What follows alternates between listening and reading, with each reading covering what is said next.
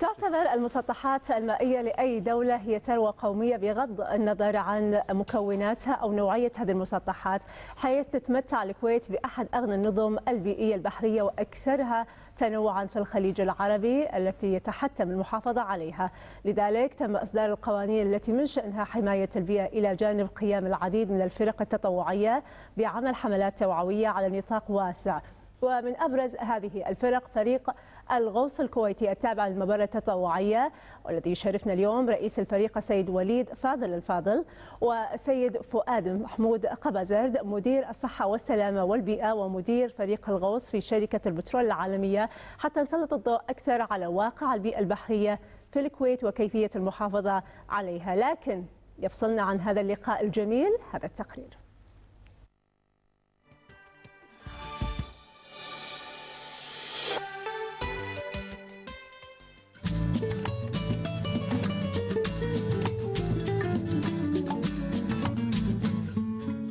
فريق الغوص الكويتي فريق تطوعي تأسس للقيام بما يتطلبه الواجب الوطني، وكانت من أولى مهامه إزالة المخلفات البحرية إثر العدوان الصدامي الغاشم.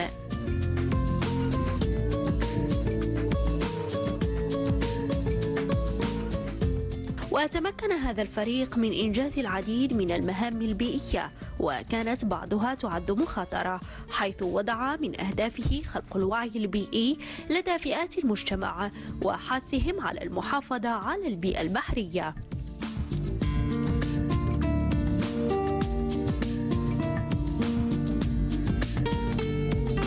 كما أن الفريق يعمل على توجيه ممارسة العمل التطوعي وتسخيره لخدمة البحث العلمي، كما يسهر إلى إعداد كوادر وطنية مؤهلة للعمل في كل الظروف البيئية.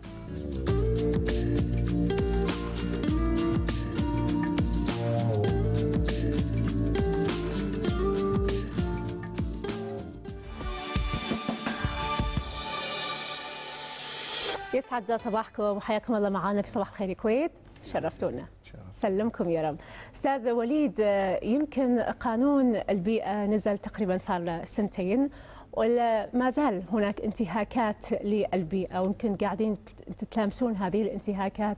نبي نعرف حجم هذه التعديات وإسهاماتكم في إزالة هذه المخالفات. بسم الله الرحمن الرحيم. طبعا نشكركم على اللقاء. حياك. الحقيقة القانون بالنسبة لنا فرحة كبيرة إصداره. أكيد. وإحنا دولة مؤسسات ربي لك الحمد. الحمد لله. علشان كذي يعني فعلا وجود القانون بالتأكيد راح يوقف التعديات اللي حاصلة الآن على البيئة بشكل عام. صحيح. ولكن أظن نحتاج لكثير من التوعية، ونحتاج إلى يعني ضبطيات أكثر لوقف الاعتداء. ولكن بشكل عام اللي قاعد نشوفه ان من بدايه اصدار القانون بدا الوعي يزيد، واظن باذن الله التعديات راح تبدي اكيد تنخفض ان شاء الله. اكيد بلا شك. اذا بنروح حق استاذ فؤاد ونتكلم عن فريق الغوص لشركه البترول العالميه، فكره هذا الفريق من انشائه واهميه انشائه في حمايه البيئه البحريه. أول شيء بسم الله الرحمن الرحيم، مشكورين هم دعوتنا اللقاء هذا. طبعا فريق الغوص هي رؤية الشركة من ناحية المسؤولية الاجتماعية والحفاظ على البيئة. ارتأت أن يكون لها بصمة من ناحية إنشاء فريق من متطوعين للخدمة، ليكون مهامهم لمشاركة فريق الغوص الكويتي بالتعاون معهم والاستفادة من خبرتهم لحفاظ على البيئة. يعني بينكم شراكة. نعم. حلو، وايد حلو. إذا بنروح الأستاذ وليد ونتكلم عن هذه خلينا نقول المبادرة التطوعية البيئية الجميلة اللي تقودها حضرتك، ونتكلم عن العديد من الإنجازات اللي قدمتوها وأهمها المرابط. نبي نتكلم عن هذه المرابط البحرية وشنو أهمية هذه المرابط وين موجودة في الجزر الكويتية. طبعا البحر الكويت ما شاء الله يحتوي على شعاب مرجانية. حلو. الشعاب المرجانية دورها إعطاء الأكسجين للجو، ودورها ملاذ لربع الكائنات في البحار والمحيطات. صحيح. في الكويت عندنا أكثر من 35 نوع من الشعاب المرجانية، وفي العالم 650 نوع. بالكويت ايش كثر؟ يعتبر 35 نوع. حلو. وفي العالم 650. يعني احنا بعد نسبه حلوه. نسبه حلوه طبعا، عشان كذي يعتبر يعني وجود الشعاب المرجانيه حاله نادره بالكويت. صحيح. نظرا لتفاوت درجات الحراره بالصيف والشتاء. علشان كذي حتى نحافظ على الشعاب المرجانيه عندنا كثير من الانشطه، منها المرابط البحريه. شنو المرابط البحريه؟ المرابط البحريه ان القوارب اللي تجي عند الشعاب المرجانيه عشان ترسي او توقف لازم تقط البوره او الانكر. اي معنا صور. هذه الصور نعم، احدى الصور تدريباتنا لعمل مرابط بحريه في البحر، وهذا تدريباتنا مع الاخوان في فريق الغوص التابعين لشركه البترول. حلو. فالمرابط هذه تحمي الشعاب المرجانيه من التكسير من الانكر من البوره او السن. صح. فبدال واحد يقط يلقى المرابط يعلق بالحبل ويغوص ويحدق، بعدين يفتش الحبل ويوخر عن من غير ما ياذي من غير ما ياذي. هذه المرابط مو موجوده بالكويت بس، ولا هي فكرتنا صراحه، هي فكره عالميه. كل اماكن الغوص في العالم كلها موجود فيها مرابط خاصه، حتى القوارب ما تكسر المرجان، لان المرجان كل 8 سنوات يطول انش. يعني 2 سم تقريبا. وحرام انه يستأذن. التكسير وهو هش اصلا يعني. صحيح. فاي تكسير راح ياثر على البيئه البحريه بشكل عام، علشان كذي الاخوان جزاهم الله خير بالشركه قاموا بدعمنا في هذا المشروع. مو بس دعمنا، يعني الفكره مالت الشركه صراحه فكره صراحه عجيبه وممتازه. وبدعم جزاه الله خير من الاخ بخيت الرشيدي رئيس التنفيذي. هم قالوا احنا راح ندعم المشروع بس نبي متطوعين من الشركه غواصين يساعدونا في المشروع. حلو. فخلوا موظفين الشركه نفسهم يتعايشون مع استراتيجيه الشركه وتطلعها في حمايه البيئه. حلو. صراحه فكره وايد حلوه. وايد حلو. اذا بروح حق استاذ فؤاد، يعني يتكلم استاذ وليد عن دعمكم لهم في هذه المرابط. ليش حبا لهذه الشغله، وليش تحديدا في كبر حاليا لو تكلمنا عن فكره المرابط هنا؟ طبعا تنفيذ الاستراتيجيه من اخوي ابو حمد انها تنفيذ توجيهات مؤسسه البترول الكويتيه. حلو. والشركات التابعه. نعم. اللي هي من ناحيه مسؤوليتها ودورها ترسيخ دوره في المجتمع الكويتي. نعم. وزائد زياده اللي هم من مسؤوليه المسؤوليه الاجتماعيه، ان يكون في مجال تعاون مع منظمات محليه. حلو. في حمايه البيئه ان كانت البحريه ولا ان كانت حتى البريه. نعم. طبعا منها كونا هالفريق اللي هو زائد طبعا اهم توجيهات ان تثقيف موظفين الشركه عن المخاطر ان كانت اللي تواجهها بالبيئه، ان كانت البحريه صحيح. ولا حتى النباتات طبعا. وهذا كان التوجه اللي خذاه مثل ما قال اخونا رئيس التنفيذ بخيت الرشيدي، كان حريص انه يكون فريق التطوعي يكون عنده استعداد في التعاون مع الجهات، مع فريق الغوص. وحتى في عندنا فريق حاليا قاعد يصير في عمليه تعاون مع الهيئه العامه للزراعه في بخصوص التخضير وهذا. فكان يعني هذا اهم استراتيجيه، انه يكون في لنا مجال مع الهيئات المحليه، مجال تعاون صحيح.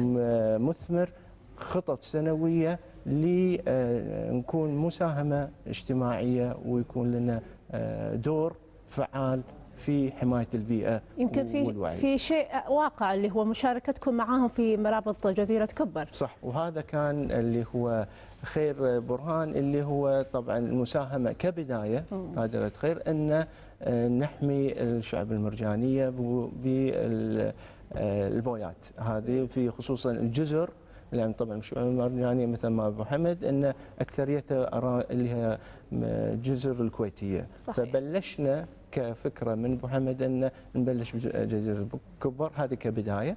طبعا هذا المشروع راح يكمل على جميع وين الشعب المرجانيه في البحر، راح يكون في اللي هو تبديل المرابط وفي انشطه ثانيه ان شاء الله. جميل. هذه في المستقبل راح تكون ان شاء الله بتعاونات مع الفريق نفسه. أكيد. استاذ وليد، اذا بنتكلم عن التعديات على البيئه البحريه، ايش كثر خطوره هذه التعديات على البيئه البحريه وخاصه على العالم، عالم الاحياء داخل البحر بشكل خاص؟ طبعا التعديات يعني اكيد كثيره، والدليل على ان مثل ما نشوف يعني عمليا نقص الاسماك في البحر. يعني تشوف سعر الاسماك تقدرين تعرفين صح. حاله البحر. صحيح. لكن الحقيقه هناك قرارات حكوميه وايد ممتازه، خاصه في اغلاق الصيد في الجون او تسكير الصيد ووقفه، وهذا شيء صراحه جيد، لان جون الكويت هو حاضنه كبيره للاسماك، بيوض الاسماك والربيان في الخليج كله. صحيح. فالحقيقه حمايته شيء مهم. فالان اللي قاعدين نشوفه انه وقفوا كثير من المشاريع اللي تاثر على البيئه البحريه. احنا حاليا شغالين ويا جهات حكوميه لرفع السفن او حطام السفن الموجوده. نعم. واحنا اليوم يعني الربع شغالين في الدوحه في انتشال 7 سفن او حطام سفن من ساحل الدوحه شرق ميناء الدوحه بالتعاون مع الاخوان في مؤسسه الموانئ الكويتيه ولجنه ازاله التعديات التابعه لمجلس الوزراء، ويانا اداره التلوث في بني شويخ، ويانا بلديه الكويت، ويانا مجموعه من الجهات الحكوميه. صحيح. حتى ننظف البحر. لكن الناس قاعد تشوف حتى بالتواصل الاجتماعي قاعد تشوف الدوريات او قوارب الخاصه في خفر السواحل، والاخوان في الهيئه العامه للزراعه والثروه السمكيه قاعد يلاحقون يطاردون الناس اللي قاعد يقطون شباك في اماكن ممنوعه. صحيح. واوقات ممنوعه، وهذا الشيء طبعا بالتاكيد يضر البيئه. اللي قاعد نشوفه ان هناك تقدم كبير في الحفاظ على البيئه، لكن التعديات موجوده. يعني هو التعديات في البحر ترى مثل البر. صحيح. يعني انت مثلا ما تقدر تمنعين الناس ما يطوفون الاشاره الحمراء، يظل كل يوم في ناس، لكن الجزاء والعقاب والتغليظ العقوبه راح يوقف باذن الله التعدي مع طبعا الكاميرات وغيره. صحيح. فهذا بالتاكيد راح يخلي الناس تردع وتتراجع وتقل اكيد هذه التعديات. عندك رقم لهذه المخالفات اللي تم يعني رصدها من قبلكم في البيئه البحريه وشلون تعاملتوا معها؟ احنا ما عندنا مثلا يعني جون الكويت انتشلنا عدد 370 سفينه وطرات قرقان منذ التحرير الى اليوم من جون الكويت. والله يعني ايه، لان هذه امور اكيد تاثر. احنا رفعنا اكثر من 70 شبك عايم او مهمل في البحر الكويت. هذا يعتبر تعدي، لان شو يسوون؟ ينقطون الشبك في اماكن ممنوعه، واذا شافوا القوارب الخاصه في خفر السواحل او الثروه السمكيه يقومون يقصون الحبل ويهدون الشبك كله بالبحر ويقوم يدمر الاماكن. ولكن طبعا كرقم بنسبه التعديات بشكل عام اتوقع الهيئه العامه للبيئه اكيد عندها هذه الارقام. اكيد بلا شك، وتعاون معاكم هذا ما يقدرون اصلا يستغنون عنه. اكيد. اذا بنروح حق استاذ فؤاد وتقول المشاريع المستقبليه ان شاء الله لفريق الغوص لشركه البترول العالميه شنو هي؟ طبعا حاليا جاري العمل مع اخوي ابو حمد وضع معاهده تفاهم، خطه لمده 5 سنوات. حلو. على الانشطه اللي راح يكون بالتعاون، يكون شنو المشاريع اللي راح نقوم فيها. حلو. طبعا هذه كنظره مستقبليه مثل ما تفضلت، وطبعا هذه النظره هل الخطه هذه راح يتم عرضها للاداره العليا عندنا بالشركه، متى ما تم اعتماده راح يقوم بالتنفيذ. طبعا في مثل ما قال في بالبحر، في عندنا حتى بالبر. صحيح. يعني عندنا الحين تو تم يوم الخميس توقيع مع الهيئه العامه للزراعه على تخضير بوابه الشاميه. حلو. ان شاء الله. فلمده 6 اشهر راح يكون شيء يعني نقله نوعيه منكم. ففي مشاريع اكيد، بس مثل ما قلنا لازم يكون في نوع من الربط من خلال بروتوكول يكون بينه وبين فريق الغوص ان شاء الله. وحاليا جاري ننتظر يعني خلينا نقول انجازات هذه الشراكه الجميله ان شاء الله سنويا نشوفها ان شاء الله. خليك يا رب، وشكرا لوجودك معنا استاذ فؤاد قفزه والاستاذ وليد الفاضل. سلمك ويخلي لي اياك. شنك بتقول شغله؟ بقول شغله. انا يعني الاخوان طبعا احنا قاعد نتعاون وياهم كفريق غوص تابع الشركه، طبعا هم غواصين مؤهلين، احنا ما دربنا على الغوص. وفي ناس يغوصون حتى احسن منا. صحيح. ولكن احنا تدربنا مع بعض شلون نركب المرابط. في الحقيقه نشكرهم على اندفاعهم كعمل تطوعي. حلو. ونشكر صراحه قياديين الشركه على وقوفهم معنا ومع فريقهم في كبر للمرابط البحريه اللي سويناها. شكرا لكم ولانجازاتكم العظيمه، قواكم الله وما قصرتوا.